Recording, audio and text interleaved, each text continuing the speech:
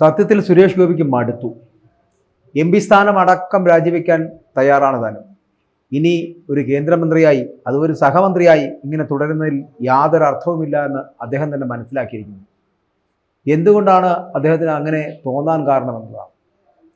കഴിഞ്ഞ പാർലമെന്റ് തിരഞ്ഞെടുപ്പ് കാലത്ത് എന്തൊരു ബഹളമായിരുന്നു. ഇവിടെ അങ്ങോട്ടും ഇങ്ങോട്ടും ഓടി നടന്ന് പ്രവർത്തനം നടത്തി മനുഷ്യസ്നേഹിയായ സുരേഷ് ഗോപിയെ നമുക്ക് കാണാൻ കഴിഞ്ഞു. ഇങ്ങനെ സന്നദ്ധ പ്രവർത്തനം നടത്തുന്ന സുരേഷ് ഗോപിയെ കാണാൻ കഴിഞ്ഞു. സേവന സന്നദ്ധനായി നടക്കുന്ന സുരേഷ് ഗോപിയെ കാണാൻ കഴിഞ്ഞു. കരുവന്നൂരിലെ വിഷയം വന്നപ്പോൾ 17-18 കിലോമീറ്ററോളം പദയാത്ര നടത്തുന്ന സുരേഷ് ഗോപിയെ വരെ കണ്ടു. അന്ന് ആ പദയാത്ര നടത്തി പദവളവിയതും നമ്മൾ കണ്ടതാണ്. കാരണം ഇങ്ങനെയൊന്നും ചെയ്തിട്ടില്ലല്ലോ. കാരണം ഈ സിനിമയിൽ അഭിനയം മാത്രം നടത്തി ലക്ഷങ്ങൾ കോടികൾ സമ്പാദിക്കുന്നത് കൊണ്ട് തന്നെ ഈ രാഷ്ട്രീയ പ്രവർത്തനം അത്രത്തോളം സുഖകരമാണ് എന്നുള്ളത് അദ്ദേഹത്തിന് അന്ന് മനസ്സിലായിരുന്നില്ല. പക്ഷേ ഇപ്പോൾ മനസ്സിലാകുന്നു അഭിനയം പോലെ അത്ര എളുപ്പമല്ല ഈ രാഷ്ട്രീയ പ്രവർത്തനം, ഒപ്പം തന്നെ സാമൂഹ്യ പ്രവർത്തനം എന്ന് പറയപ്പെടുന്നത്. അതുകൊണ്ട് തന്നെ ഒരു കാര്യം ചോദിക്കട്ടെ പ്രിയപ്പെട്ട സുരേഷ് ഗോപി, താങ്കളോട് തിരഞ്ഞെടുപ്പിൽ മത്സരിക്കണമെന്ന് ഈ തൃശ്ശൂരുകാർ നിവേദനം നൽകിയിട്ടില്ലല്ലോ. അവരെന്തെങ്കിലും പറഞ്ഞോ നിങ്ങളിവിടെ മത്സരിക്കണം, നിങ്ങളുടെ മത്സരിച്ചാലേ ഞങ്ങൾക്ക് ഒരു പുതിയ നാഥനെ കിട്ടൂ എന്ന് വല്ലതും ആരെങ്കിലും പറഞ്ഞോ? എന്തുകൊണ്ടാണ് അങ്ങ് തിരഞ്ഞെടുപ്പിൽ മത്സരിക്കാൻ ഇറങ്ങിയത് എന്നൊന്ന് ആലോചിച്ച് നോക്കൂ. സ്വയം തീരുമാനമെടുത്തിട്ട് ബാധ്യതയായി പോയി എന്നിപ്പോൾ അലമുറയിട്ട് കരയുന്നതിൽ എന്താണ് കാര്യം? താങ്കൾക്ക് വോട്ട് നൽകി വിജയിപ്പിച്ച ഒരു ജനത താങ്കളുടെ വാക്കുകൾ കേൾക്കുന്നുണ്ട് എന്നുള്ള കാര്യം താങ്കൾ മറന്നു പോകരുത്. സ്വാഭാവികതയുടെ പേര് പറഞ്ഞ് മുന്നോട്ട് പോവുകയും ചെയ്യരുത്. താങ്കൾ ഇപ്പോൾ പറയുന്ന താങ്കളുടെ സാമ്പത്തിക സ്ഥിതി ഉണ്ടല്ലോ, അത് വളരെ ഞെരുങ്ങിപ്പോയി എന്നും സാമ്പത്തികം ലഭിക്കുന്നില്ല എന്നുള്ള താങ്കളുടെ വാദമൊന്നും ഒരിക്കലും നിലനിൽക്കാൻ പോകുന്നില്ല എന്നുകൂടി പറയട്ടെ. നമുക്കറിയാം സുരേഷ് ഗോപിയുടെ രാഷ്ട്രീയ പ്രസംഗങ്ങളൊക്കെ വിവാദങ്ങളിൽ തന്നെയാണ് ചെന്ന് അവസാനിക്കാറുള്ളത്. ആ വിവാദങ്ങളിലൂടെ പോകുമ്പോഴും ആത്യന്തികമായി മനുഷ്യനായി ജീവിക്കണമെന്നും രാഷ്ട്രീയക്കാരനായി ജീവിക്കണമെന്ന് ആഗ്രഹമില്ല എന്നുകൂടിയാണ് കഴിഞ്ഞ ദിവസം സുരേഷ് ഗോപി പറഞ്ഞു വെക്കുന്നത്. എന്തിനാണ് പിന്നെ താങ്കൾ രാഷ്ട്രീയക്കാരനായത് എന്നാണ് ഒരു ചോദ്യം. കാരണം പ്രിയപ്പെട്ട സുരേഷ് ഗോപി, താങ്കളോട് ഇവിടുത്തെ ജനത ചോദിക്കുന്ന ചോദ്യത്തിന് താങ്കൾ മറുപടി പറയണം. തൃശ്ശൂരിലെ ജനങ്ങൾ താങ്കളോട് ചോദിക്കാൻ ആഗ്രഹിക്കുന്നു. ഞാനിത് തൃശ്ശൂരുകാരുടെ പ്രതിനിധിയായിട്ട് പറയുന്നതൊന്നുമല്ല. ഒരു ജനപ്രതിനിധി എവിടെയാണെങ്കിലും, ഇപ്പോൾ തൃശ്ശൂർ തന്നെ ആകണമെന്നില്ല, നമ്മുടെ 20 ലോക്സഭാ മണ്ഡലങ്ങൾ എടുത്താൽ ഏത് മണ്ഡലത്തിൽ നിൽക്കുന്ന ജനപ്രതിനിധിയാണെങ്കിലും ഇങ്ങനെയായിരിക്കണം. അതായത് ജനങ്ങളോട് സംവദിക്കാൻ കഴിയുന്ന, ജനങ്ങൾക്ക് വേണ്ടി പ്രവർത്തിക്കാൻ കഴിയുന്ന ഒരാളായി മാറേണ്ടതുണ്ട്. പക്ഷെ താങ്കൾക്കത് കഴിയുന്നില്ല. താങ്കൾക്കത് കഴിയാത്തത് കൊണ്ടും ഈ പ്രവർത്തനം താങ്കളെ അത്രത്തോളം വേദനിപ്പിക്കുന്നതുകൊണ്ടും ഈ സാമൂഹ്യ പ്രവർത്തനം അല്ലെങ്കിൽ MP എന്നുള്ള ഒരു പദവി താങ്കൾക്ക് കിട്ടുന്ന ഒരു മുൾക്കിരീടമാണ് എന്ന് താങ്കൾ മനസ്സിലാക്കിയത് കൊണ്ടാണ് താങ്കൾ അതിനെ ഉപേക്ഷിക്കുവാൻ തയ്യാറാകുന്നത്. MP സ്ഥാനം അടക്കം ഉപേക്ഷിക്കുവാൻ വേണ്ടി തീരുമാനിക്കുന്നത് കഷ്ടമാണ്. ഒരു ജനതയുടെ ആവേശവും ഒരു ജനതയുടെ തന്നെ അഭിലാഷവും ഒക്കെയായിരുന്നു താങ്കളെപ്പോൾ ഒരാളെ BJPയുടെ സ്ഥാനാർത്ഥിയായി മത്സരിപ്പിച്ച് വിജയിപ്പിക്കുക എന്നുള്ളത്. അതിൽ അവർ വളരെ കൃത്യമായിട്ട് താങ്കൾക്ക് വോട്ട് ചെയ്ത് വിജയിപ്പിക്കുകയും ചെയ്തിട്ടുണ്ട്. പക്ഷേ ആ വിജയം എന്തുകൊണ്ടോ അവർ തന്നതുപോലെ അവർക്ക് അർഹിക്കുന്ന രീതിയിൽ തിരിച്ചു നൽകാൻ താങ്കൾക്ക് കഴിയുന്നില്ല എന്നുള്ളത് താങ്കളുടെ പരാജയമാണ്. ഇവിടെ പലപ്പോഴും പൊതുജനം നിങ്ങളോട് ആവശ്യപ്പെടാതെയാണ് നിങ്ങൾ അവിടെ വന്ന് തിരഞ്ഞെടുപ്പിൽ മത്സരിച്ചതിന് ശേഷമാണ് ജനങ്ങൾ നിങ്ങളെ സ്വീകരിച്ചത്. അത് നിങ്ങൾ തിരിച്ചറിയേണ്ടതായിരുന്നു. പക്ഷെ അത് താങ്കൾ തിരിച്ചറിഞ്ഞില്ല എന്നുള്ളതാണ്. നിങ്ങൾ പറയുന്ന ഒരു കാര്യമുണ്ടല്ലോ, എനിക്ക് അഭിനയം തുടരണം, എനിക്ക് കൂടുതൽ സമ്പാദിക്കണം, നിലവിൽ എൻ്റെ വരുമാനം പൂർണ്ണമായി നിലച്ചിരിക്കുന്നു എന്നൊക്കെ പറയുന്ന താങ്കളുടെ കണ്ണുനീര് ഇവിടുത്തെ ജനങ്ങൾ അറിയുന്നുണ്ട്. അതാണ് ഇവിടുത്തെ പ്രശ്നം. കാരണം സാധാരണക്കാരനെ പോലെ ജീവിക്കാൻ താങ്കളെപ്പോലുള്ളവർക്കൊന്നും കഴിയില്ല. സാധാരണക്കാരൻ എങ്ങനെയാണ് ഒരു ദിവസം ജീവിക്കുന്നത് എന്ന് ചോദിച്ചാൽ അതിനെക്കുറിച്ച് എന്തെങ്കിലും ധാരണയുണ്ടോ നിങ്ങളെപ്പോലുള്ളവർക്ക്? നിങ്ങളൊക്കെ പട്ടുമത്തയിൽ ജീവിച്ചവരും ശീതീകരിച്ച മുറികളിൽ ഉറങ്ങിയവരുമാണ്. നിങ്ങൾക്ക് ഈ സാധാരണക്കാരൻ കടത്തണ്ണയിൽ അന്തി ഉറങ്ങുന്നതിൻ്റെ ഗതികേട് മനസ്സിലാകില്ല സുരേഷ് ഗോപി. സിനിമയിലെ അഭിനയമല്ല ജീവിതമെന്ന് തിരിച്ചറിയാൻ താങ്കൾക്ക് കുറച്ച് മാസങ്ങൾ മാത്രമേ വേണ്ടി വന്നുള്ളൂ എന്നുള്ളതാണ് ഏറ്റവും വലിയ സത്യം എന്ന് പറയപ്പെടുന്നത്. താങ്കളിപ്പോൾ തിരിച്ചറിയുന്നു ഈ സാമൂഹ്യ പ്രവർത്തനം എന്ന് പറയുന്നത് നമുക്ക് കള്ളനാണ് എന്ന് രാഷ്ട്രീയക്കാരനെ വിളിക്കാം. അവർ ചെയ്യുന്ന എല്ലാ തരത്തിലുള്ള അഴിമതി ആരോപണങ്ങളെയും അവർക്കെതിരെ നിശ്ചിതമായി വിമർശിക്കാം. അവർ ചെയ്തു കൂട്ടുന്ന കള്ളത്തരങ്ങൾക്കെതിരെ വളരെ കൃത്യമായിട്ട് നിങ്ങൾക്ക് ആരോപണങ്ങൾ ഉന്നയിക്കാം. പക്ഷേ അവർ ചെയ്യുന്ന പ്രവർത്തനങ്ങളോട് നിങ്ങൾക്കൊരിക്കലും യോജിച്ചു പോകാൻ കഴിയുന്നില്ല എന്നുണ്ടെങ്കിൽ അതിനർത്ഥം നിങ്ങളൊരു നല്ല രാഷ്ട്രീയക്കാരനല്ല, നിങ്ങളൊരു നല്ല സാമൂഹ്യ പ്രവർത്തകനല്ല. എല്ലാ രാഷ്ട്രീയക്കാരും കള്ളന്മാരാണ് എന്ന് പറയുന്നില്ല. എന്നാൽ കള്ളത്തരം ചെയ്യുന്ന കൊള്ളക്കാരന്മാരായിട്ട് പ്രവർത്തിക്കുന്ന ഒട്ടനവധി രാഷ്ട്രീയക്കാരുണ്ട്. അവരിൽ നിന്ന് വിഭിന്നനാകാൻ വേണ്ടിയിട്ടാണ് താങ്കളെ BJPയുടെ സ്ഥാനാർത്ഥിയായിട്ട് ഈ തൃശ്ശൂരിൽ മത്സരിപ്പിച്ച് വിജയിപ്പിച്ചത് എന്ന് താങ്കൾ മറക്കരുത് എന്നുള്ളതാണ്. ഇവിടെ താങ്കൾ മനസ്സിലാക്കേണ്ടത് സിനിമയിൽ സജീവമായി അഭിനയിക്കണം. താങ്കൾ അഭിനയിച്ചോളൂ, ആരാണ് പറഞ്ഞ് അഭിനയിക്കേണ്ടത്? താങ്കളുടെ ആഗ്രഹം അതാണെങ്കിൽ എന്തിനാണ് രാഷ്ട്രീയത്തിലേക്ക് താങ്കൾ കടന്നു വന്നത് എന്നുള്ളതാണ്. താങ്കൾ ഇന്ന് ഈ പറയുന്ന BJPയുടെ മെമ്പർഷിപ്പുള്ള സിനിമാ താരമല്ല. പകരം തൃശ്ശൂരിൽ നിന്ന് സാധാരണക്കാരുടെ പ്രശ്നങ്ങളും ഒപ്പം തന്നെ പരാതികളും ആവശ്യങ്ങളും ഒക്കെ ലോക്സഭയിൽ എത്തിക്കാനായിട്ട് തിരഞ്ഞെടുക്കപ്പെട്ട ഒരു ജനപ്രതിനിധിയാണ് എന്നുള്ളത് താങ്കൾ മറന്നു പോകരുത്. അത്തരത്തിലുള്ള ഒരു ജനപ്രതിനിധി ഇങ്ങനെയാണോ പ്രതികരിക്കേണ്ടത്? ഇങ്ങനെയാണോ തളർന്നു പോകേണ്ടത്? ഇങ്ങനെ 5-6 മാസം കഴിഞ്ഞപ്പോൾ തന്നെ നിങ്ങൾക്ക് ഇത് മുൾക്കിരീടമായി തോന്നുന്നുണ്ടെങ്കിൽ നിങ്ങൾ എന്താണ് കരുതിയിരുന്നത്? 2.5 മണിക്കൂറുള്ള നിങ്ങളൊരു സിനിമ പോലെയാണ് ഈ ജീവിതമെന്നോ, അല്ലെങ്കിൽ നിങ്ങളുടെ 2.5 മണിക്കൂറുള്ള സിനിമ പോലെയാണ് ഈ സാമൂഹ്യ പ്രവർത്തനമെന്നും കരുതിയോ? അവിടെ നിങ്ങൾക്ക് തെറ്റുപറ്റി. അപ്പോൾ ഇവിടെ ഇത്തരത്തിലുള്ള രാഷ്ട്രീയ തീരുമാനങ്ങൾ അനുസരിച്ച് മുന്നോട്ട് പോകുന്നതിന് പകരം രാഷ്ട്രീയത്തിൽ സജീവമാകുമ്പോൾ ഇത്തരത്തിലുള്ള ബുദ്ധിമുട്ടുകൾ ഉണ്ടാവും. അത് സ്വാഭാവികമാണ്. അത് താങ്കൾക്ക് മുൻപേ അറിയാമായിരുന്നതാണ് എന്നല്ലേ നമ്മൾ മനസ്സിലാക്കേണ്ടത്? അതോ അത് അറിയില്ലായിരുന്നു? ഇങ്ങനെയുള്ള ബുദ്ധിമുട്ടുകളുള്ള പണിയല്ല രാഷ്ട്രീയമാണ് എന്നാണ് താങ്കൾ കരുതിയിരുന്നത്. ഇനി അതോ ഈ താങ്കൾ സഞ്ചരിക്കുന്ന ഒരു വണ്ടിയുണ്ടല്ലോ, ആ വണ്ടിയിലെ MP എന്ന ബോർഡിലും ജനപ്രതിനിധിക്ക് ലഭിക്കുന്ന ഒരു പ്രിവിലേജുകളും ഒക്കെ മാത്രം, അതിലൊക്കെ ഉള്ളൊരു മോഹം തോന്നിയിട്ട് മാത്രം താങ്കൾ ഈ തെരഞ്ഞെടുപ്പിൽ മത്സരിക്കാൻ വന്നതാണോ? അങ്ങനെ ഒരു തീരുമാനത്തിലെത്തുകയായിരുന്നു എന്ന് ഇവിടുത്തെ സാധാരണ ജനങ്ങൾ ചിന്തിച്ചു പോകും സുരേഷ് ഗോപി. കാരണം താങ്കൾ ചെയ്തു കൂട്ടുന്ന ഈ വൃത്തികേടുകൾ അങ്ങനത്തെയാണ്. താങ്കളിൽ നിന്ന് വാ തുറന്ന കിട്ടുന്നത് അത്തരത്തിലുള്ള വാക്കുകൾ മാത്രമാണ്. താങ്കളൊന്ന് വാ അടയ്ക്കൂ, പണിയെടുക്കൂ എന്ന് പറയുന്ന തരത്തിലേക്ക് എത്തേണ്ടി വരുന്നു, അല്ലെങ്കിൽ അങ്ങനെ പറയേണ്ടി വരുന്നു. വർഷങ്ങളായിട്ട് താങ്കളെപ്പോലുള്ളവർ ഒരു താരജീവിതം നയിച്ചു വരുന്നവരാണ്. ആ താരജീവിതം നയിച്ച താങ്കൾക്ക് വരുമാനത്തിൽ ഈ കുറവൊക്കെ വരുമ്പോൾ സ്വാഭാവികമായിട്ട് ഉണ്ടാകുന്ന ബുദ്ധിമുട്ടുകൾ അതൊക്കെ മനസ്സിലാക്കാൻ കഴിയുന്നതാണ്. കാരണം ഞാൻ പറഞ്ഞല്ലോ, സാധാരണക്കാരെ പോലെ ജീവിച്ചവരല്ല നിങ്ങൾ ഈ സ്വർണ്ണക്കരണ്ടിയും കൊണ്ട് ജീവിക്കുന്നവരാ. അങ്ങനെയുള്ളവർക്ക് ഒരിക്കലും സാധാരണക്കാരെ പോലെ ജീവിക്കാൻ കഴിയില്ല, രാഷ്ട്രീയക്കാരനെ പോലെ ജീവിക്കാൻ കഴിയില്ല. കാരിൽ കൊള്ളക്കാരന്മാരുണ്ട് എന്നുള്ള കാര്യത്തിൽ സംശയമില്ല. സാധാരണ രാഷ്ട്രീയക്കാരുണ്ട്, നല്ല രാഷ്ട്രീയക്കാരുണ്ട് നമ്മുടെ ഇടയിൽ. അത് ഈ പറയുന്ന BJPയിലാണെങ്കിലും CPMലാണെങ്കിലും കോൺഗ്രസിലാണെങ്കിലും ഒക്കെ അങ്ങനെ നല്ല തരത്തിലുള്ള നേതാക്കന്മാരുണ്ട്. അവരെ അഭിമുഖീകരിക്കുന്ന പ്രശ്നങ്ങൾ വളരെ വലുതാണ്. അതുപോലെ ഇവിടുത്തെ സാധാരണക്കാരനെ അഭിമുഖീകരിക്കുന്ന പ്രശ്നങ്ങൾ അതിലും വലുതാണ്. അപ്പോൾ അത് മനസ്സിലാക്കാൻ താങ്കൾക്ക് കഴിയുന്നില്ല. താങ്കളുടെ തൊഴിലും ഒപ്പം തന്നെ താങ്കളുടെ ഉത്തരവാദിത്തങ്ങളും ഒരുപോലെ കൊണ്ടുപോകുവാൻ താങ്കൾക്ക് കഴിയുമ്പോൾ മാത്രമാണ് താങ്കൾ ഒരു സത്യത്തിൽ ഒരു നല്ല രാഷ്ട്രീയക്കാരനും മെച്ചപ്പെട്ട ജനപ്രതിനിധിയുമാകുന്നത് എന്ന് പറയട്ടെ. താങ്കളുടെ തൊഴിൽ താങ്കൾക്ക് ഒരു ഭാഗത്ത് കൊണ്ടുപോകണം, ഒപ്പം തന്നെ താങ്കളുടെ ഉത്തരവാദിത്തമാണ് ഈ ജനപ്രതിനിധി എന്നുള്ള പദവി എന്ന് പറയുന്നത്. അത് രണ്ടും കൂടെ കൂട്ടിച്ചേർത്ത് ഒരുമിച്ച് കൊണ്ടുപോകുമ്പോൾ മാത്രമാണ് ഒരാൾ നല്ല വ്യക്തിയായി മാറുന്ന, ഒരു രാഷ്ട്രീയക്കാരനായി മാറുന്നത്. അത് താങ്കൾക്ക് കഴിയുന്നില്ല എന്നുള്ളതാണ്. ഉത്തരവാദിത്തങ്ങൾ താങ്കൾക്ക് മുന്നിൽ ബുദ്ധിമുട്ടായി തോന്നി തുടങ്ങുന്നു എന്നുള്ളതാണ്.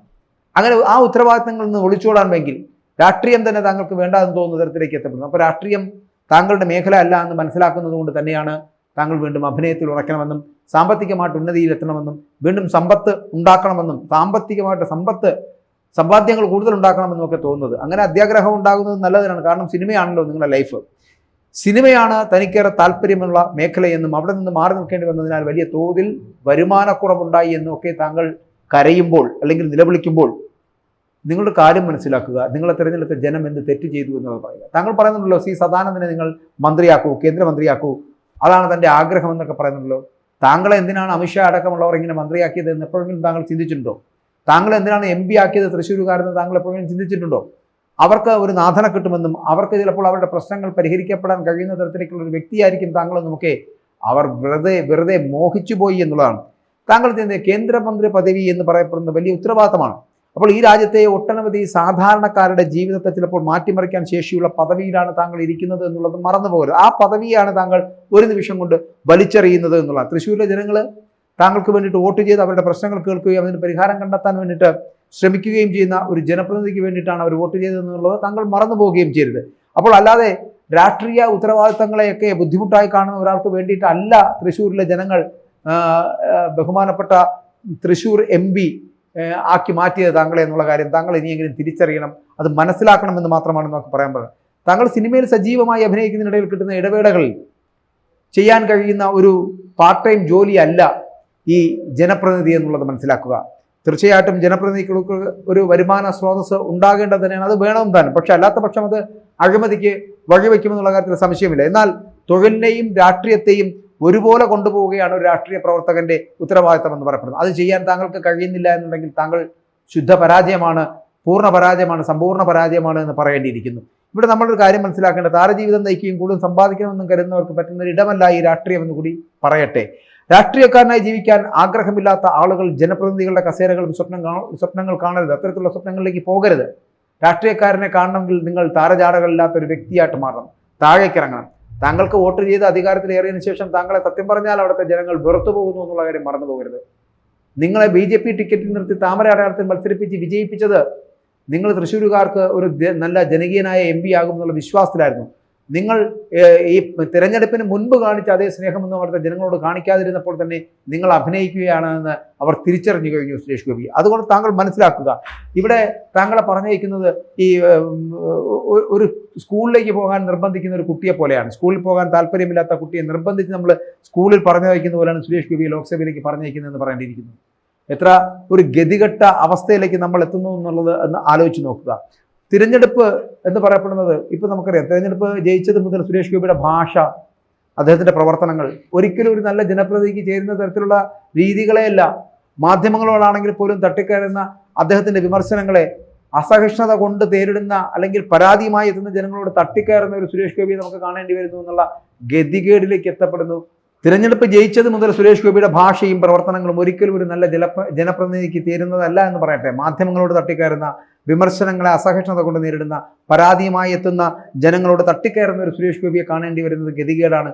ഈ സുരേഷ് ഗോപിയുടെ നല്ല തൃശ്ശൂരുകാരുടെ ഗതികേടാണ്, മാത്രമല്ല BJP എന്ന് പറയപ്പെടുന്ന പാർട്ടിയുടെ ഗതികേടായിപ്പോയി. താങ്കളെ ഒറ്റയടിക്ക് വലിച്ചു ദൂരെ അറിയാനോ ആ പാർട്ടിക്ക് കഴിയാഞ്ഞതുകൊണ്ടോ കഴിവില്ലാത്തത് കൊണ്ടോ അല്ല, പകരം ഒരു MP എന്ന നിലയിൽ താങ്കളുടെ പ്രവർത്തനങ്ങൾ ആ മണ്ഡലത്തിന് ആവശ്യമാണ് എന്ന് ബോധ്യമുള്ളത് കൊണ്ട് മാത്രമാണ് താങ്കൾ ഇപ്പോഴും ആ കസേരയിൽ ഇരിക്കുന്നത് എന്ന് മറന്നു പോകരുത്. താങ്കൾ വിചാരിക്കുന്നു ഈ ഓട്ടോഗ്രാഫ് വാങ്ങാനായിട്ട് അടുത്തേക്ക് എത്തപ്പെടുന്ന ആരാധകരോട് സൂപ്പർ സ്റ്റാറിന് ഒരു പക്ഷേ ഇത്തരത്തിലൊക്കെ പ്രതികരിക്കാൻ കഴിയാം, അത് ചെയ്യാം, അത് നിങ്ങൾ ചെയ്തോളൂ, അവരെ മാറ്റി നിർത്താം, അല്ലെങ്കിൽ തഴഞ്ഞിട്ട് പോകാം, അങ്ങനെയൊക്കെ ചെയ്യാം. പക്ഷേ ജനങ്ങളാൽ തിരഞ്ഞെടുക്കപ്പെട്ട, ജനങ്ങളെ പ്രതികരിക്കാൻ ഉത്തരവാദിത്തമുള്ള ഒരു ജനപ്രതിനിധിയിൽ നിന്ന് ഈ ആട്ടുംതുപ്പും സഹിക്കേണ്ട ഗതികേട് ജനങ്ങൾക്കില്ല എന്നുള്ള കാര്യം താങ്കൾ മറന്നു പോകരുത്. അത് ശരിയല്ല. അത് തിരുത്തലുകൾ ഉണ്ടാക്കേണ്ടതാണ് എന്ന് കൂടി പറഞ്ഞു. കേരളത്തിലെ 20 ലോക്സഭാ എംപിമാരിൽ സുരേഷ് ഗോപി മാത്രമാണ് ഈ വിധത്തിൽ സംസാരിക്കുകയും പ്രവർത്തിക്കുകയും ചെയ്യുന്നത് എന്ന് പറഞ്ഞാൽ താങ്കൾക്കുള്ള കുഴപ്പം എന്താണെന്ന് താങ്കൾക്ക് മനസ്സിലായി കാണുമെന്നാണ് എൻ്റെ വിശ്വാസം.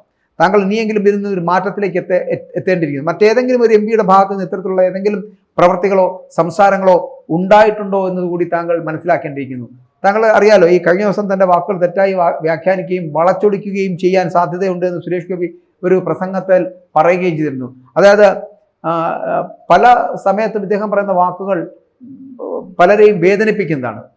മുൻപ് ഈ തോട്ടികൾ എന്ന് വിളിച്ചിരുന്ന ശുചീകരണ തൊഴിലാളികളെ ഇപ്പോൾ ശുചിത്വ എഞ്ചിനീയർമാർ എന്ന് വിളിക്കുന്നതിനെ ഉദാഹരണമായിട്ട് ചൂണ്ടിക്കാട്ടിക്കൊണ്ടാണ് അദ്ദേഹം ഈ പ്രജ എന്ന് പറയപ്പെടുന്ന പദത്തെ പ്രജാതന്ത്ര എന്നീ പദങ്ങൾ ഉപയോഗിച്ചുകൊണ്ട് പറയാൻ കഴിയും.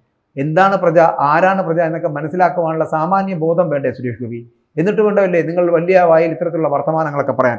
അതുകൊണ്ട് ഒരു ജനാധിപത്യ രാജ്യത്ത് 21ാം നൂറ്റാണ്ടിൽ ജീവിക്കുമ്പോൾ ഇത്തരം പ്രയോഗങ്ങളിൽ എന്താണ് പ്രശ്നമെന്ന് സുരേഷ് ഗോപിക്ക് ഇത്രയധികം വിമർശനങ്ങളും വിവാദങ്ങളും ഉണ്ടായിട്ടും മനസ്സിലാകുന്നില്ല എന്നുണ്ടെങ്കിൽ നിങ്ങൾ പൊട്ടനാണ് എന്ന് പറയേണ്ടിയിരിക്കുന്നു. യഥാർത്ഥ പ്രശ്നം എന്താണെന്ന് മനസ്സിലാക്കാൻ കഴിയുന്നില്ല എന്നുണ്ടെങ്കിൽ നിങ്ങളൊരു മണ്ടന്മാരുടെ കൂട്ടത്തിൽ നിൽക്കുന്നു എന്ന് പറയുന്നത്. അത്തരത്തിലൊരു സമീപനമാണ് താങ്കൾ സ്വീകരിച്ചു കൊണ്ടിരിക്കുന്നത്. ഇതിൽ നിന്ന് വിഭിന്നമാകേണ്ടിയിരിക്കുന്നു. രാജാവും പ്രജകളും ഒക്കെ പോയി കഴിഞ്ഞു. ഇവിടെ ഇപ്പോൾ ജനാധിപത്യം നടമാടുകയാണ്.